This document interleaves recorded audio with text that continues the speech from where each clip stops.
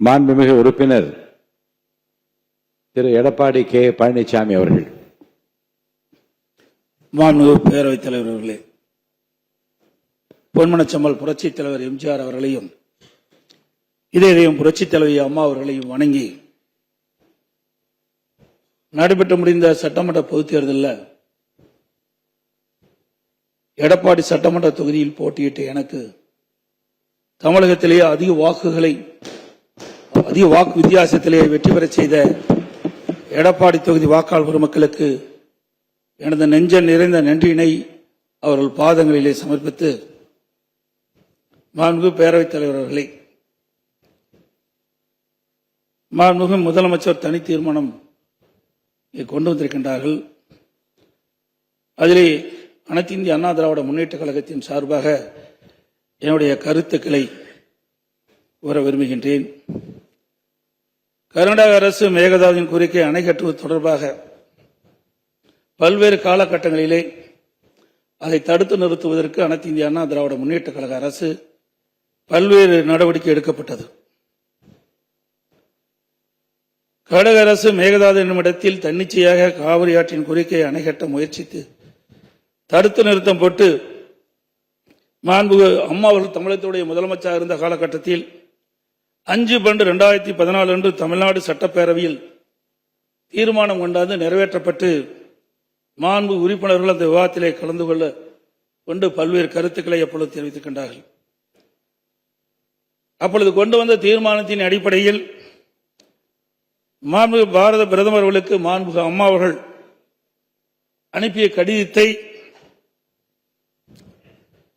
அன்றைய தினம் இருந்த தமிழ்நாடு சேர்ந்த நாடாளுமன்ற உறுப்பினர்கள், புதுச்சேரியை சேர்ந்த நாடாளுமன்ற உறுப்பினர்கள் சுமார் 55 பேர் மாண்புமிகு பாரத பிரதமர் அவர்களை 28/3/2015 அன்று சந்தித்து இந்த கடிதத்தை கொடுத்து இதன் அடிப்படையில் நடவடிக்கை எடுக்க வேண்டும் என்று தெரிவித்தார்கள். அப்போது சம்பந்தப்பட்ட துறையிடம் தற்போதைய நிலை குறித்த அனைத்து விவரங்களையும் சேகரிக்க ஏற்கனவே அறிவுறுத்தியுள்ளதாகவும் இது குறித்து பரிசீலிப்பதாகவும் அன்றைய தினம் மாண்பு பாரத பிரதமர் நாடாளுமன்றத்திலே உறுதியளித்தார்கள். மேலும் மாண்பு அம்மா அவர்கள் தமிழகத்தில் முதலமைச்சர் இருந்த காலத்தில் 25/4/2015 அன்று மாண்பு பாரத பிரதமர்களை நேரிலே சந்தித்து மேகதாது திட்டத்தினை கர்நாடக அரசு செயல்படுத்தக்கூடாது என கர்நாடக அரசுக்கு அறிவுறுத்தும்படி கோரிக்கை விளக்கென கடிதம் பிரதமருக்கு அளித்தார்கள். மாண்புமிகு அம்மா அவர்கள் முதலமைச்சர் இருந்த காலத்தில் மாண்புமிகு பாரத பிரதமரிடம் 7/8/2015 மற்றும் 14/6/2016 ஆகிய நாட்களில் நேரில் சந்தித்து மேகதாது திட்டத்தினை கர்நாடக அரசு செயல்படுத்த அனுமதிக்க கூடாது என்று வலியுறுத்தினார்கள். மாண்புமிகு புரட்சித் தலைவி அம்மா அவர்கள் மேகதாது அணை உட்பட காவிரி ஆற்றின் குறுக்கே கர்நாடக அரசு காவிரி நடுவர் மன்ற இறுதி ஆணையை மீறும் வகையிலும் தமிழ்நாடு அரசின் இசைவு பெறாமலும் எந்த ஒரு திட்டத்தையும் செயல்படுத்த உத்தேசிக்குமானால் தமிழ்நாட்டின் உரிமையை நிலைநாட்ட சட்டப்பூர்வமான அனைத்து நடவடிக்கைகளும் தமிழ்நாடு அரசு மேற்கொள்ளும் என 18/8/2016 அன்று இம்மாமன்றத்தில் 110 விதியின் கீழ் உறுதிபட தெரிவித்தார்கள். இதற்கிடையில் மாநில அரசுகள் தாக்கல் செய்த சிவில் வழக்குகள் விசாரணைக்கு உகந்ததா என்பது பற்றி உச்சநீதிமன்றத்தில் சம்பந்தப்பட்ட மாநிலங்கள் மத்திய அரசுடன் வாதிட்டன. 9/12/2016 அன்று உச்சநீதிமன்றம் அளித்த ஆணையில் இம்மனுக்கள் உச்சநீதிமன்றத்தின் விசாரணைக்கு உகந்தவை என தீர்ப்பளித்து அதன் பின்னர் ஜூலை 2017 முதல் செப்டம்பர் 2017 வரை இறுதிக்கட்ட வாதங்கள் உச்சநீதிமன்றத்தில் நடைபெற்றன. இதில் கர்நாடக அரசு 9 நாட்களும், கேரள அரசு 2 நாட்களும், தமிழ்நாடு அரசு 13 நாட்களும், புதுச்சேரி மற்றும் மத்திய அரசு தலா 1 நாட்களும் தங்கள் வாதங்களில் நீதிமன்றத்தில் எடுத்து வைத்தன. அனைத்து தரப்பு வாதங்களையும் கேட்டிருந்த உச்சநீதிமன்றம் 16/2/2018 அன்று தனது தீர்ப்பினை வழங்கியது.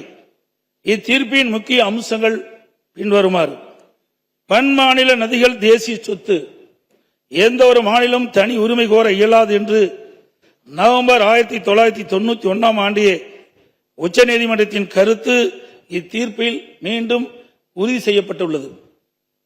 1892 மற்றும் 1924 ஆண்டிய ஒப்பந்தங்கள் செல்லத்தக்கதல்ல என்ற கர்நாடகின் வாதம் ஏற்றுக்கொள்ளப்படவில்லை.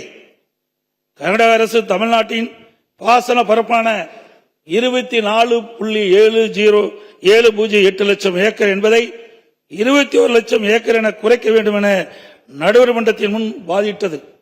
இதனை காவிரி நடுவர் மன்றம் ஏற்றுக்கொள்ளாமல் தமிழ்நாட்டின் பாசன பரப்பு 24.708 லட்சம் ஏக்கர் என அதன் இறுதி தீர்ப்பில் குறிப்பிட்டுள்ளது. இதனை உச்சநீதிமன்றம் ஏற்றுக்கொண்டுள்ளது. உச்சநீதிமன்றம் தற்போது பிறப்பித்த ஆணைக்கு பாதகம் ஏதும் இல்லாமல் காவிரி நடுவர் மன்ற இறுதி ஆணைப்படி மாதாந்திர அடிப்படையில் 15 ஆண்டுகளுக்கு தமிழ்நாட்டிற்கு நீர் வழங்கப்பட வேண்டும் என்பது உறுதிப்படுத்தப்பட்டுள்ளது.